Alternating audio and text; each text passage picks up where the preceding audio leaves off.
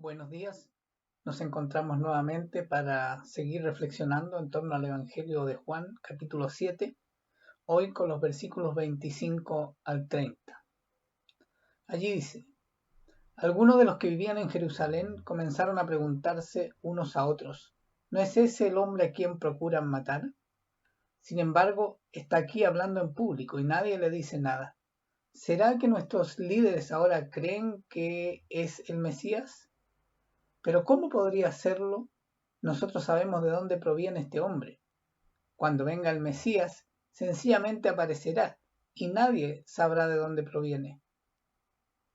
Mientras Jesús enseñaba en el templo, exclamó: es cierto, ustedes me conocen y saben de dónde provengo, pero no estoy aquí por mi propia cuenta.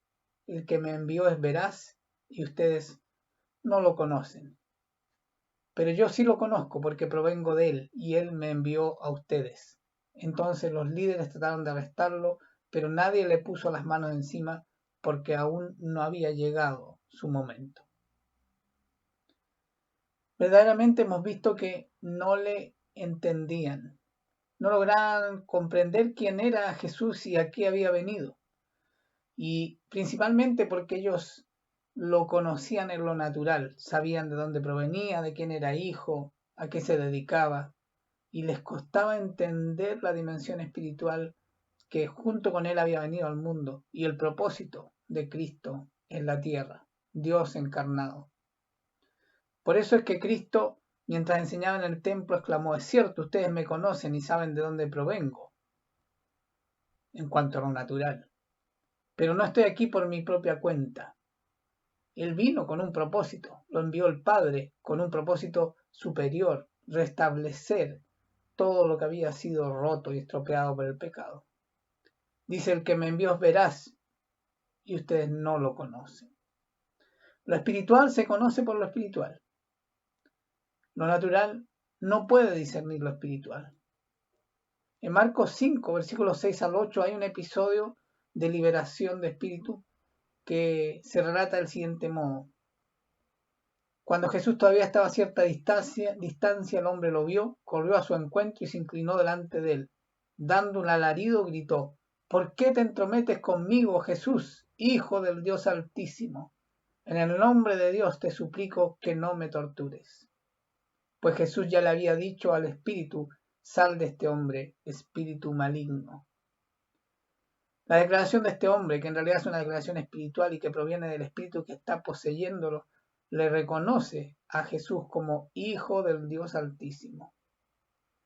Reconoce el poder que él tiene y el propósito de él es venir a liberarnos del mal. Pero los hombres, en su vivencia natural, no son capaces de reconocer quién es este Cristo y quieren matarlo.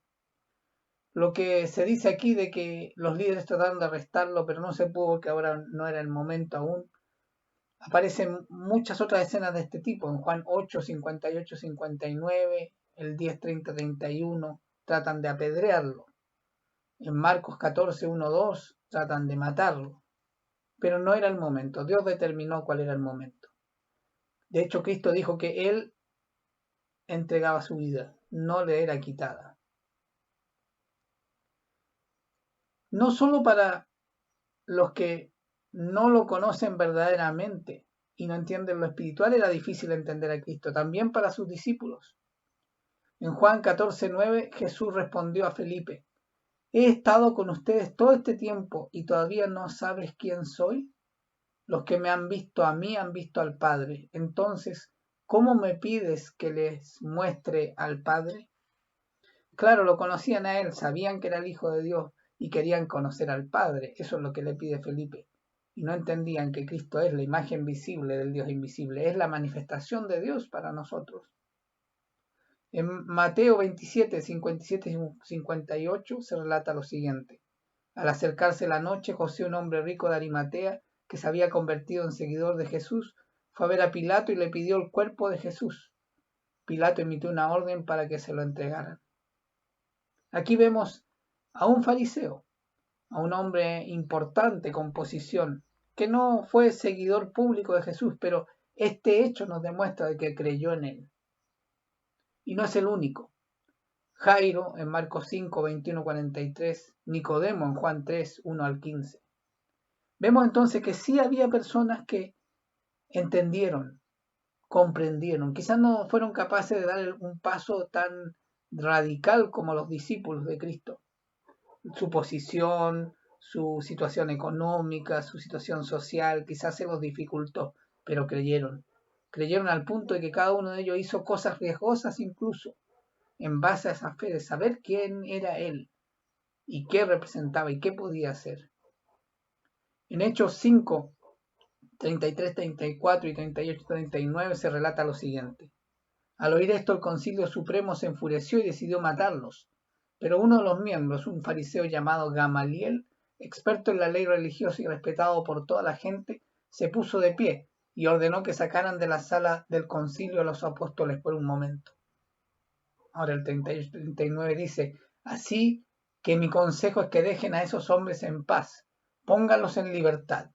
Si ellos están planeando y actuando por sí solos, pronto su movimiento caerá. Pero si es Dios, ustedes no podrán detenerlos. Tal vez se encuentren peleando contra Dios. Gamaliel fue el maestro de Saulo de Tarso, el apóstol Pablo. Seguía siendo un fariseo, seguía estando en el concilio, en el Sanedrín, pero él tenía mayor sabiduría que otros. Había una duda en él, ¿y si esto es de Dios? Mejor no corramos el riesgo de pelear con Dios. Él no miraba a los hombres, trataba de buscar la manifestación de Dios en los acontecimientos que estaban viviendo. Quiero terminar esta reflexión con Hechos 9, 21 al 23. Todos los que lo oían quedaban asombrados. ¿No es este el mismo hombre que causó tantos estragos entre los seguidores de Jesús en Jerusalén? Se preguntaban. ¿Y no llegó aquí para arrestarlos y llevarlos encadenados ante los sacerdotes principales? La predicación de Saulo se hacía cada vez más poderosa y los judíos de Damasco no podían refutar las pruebas de que Jesús de verdad era el Mesías. Poco tiempo después, unos judíos conspiraron para matarlo. Ahora era el lugar de Pablo, aquel que persiguió porque no creía que Jesús fuera el Mesías. Jesús se le reveló y ahora él entendió, pero con revelación del Espíritu. Que la revelación del Espíritu venga a tu vida para que crezcas en el conocimiento de quién es Cristo y lo puedas mostrar a otros que aún no creen.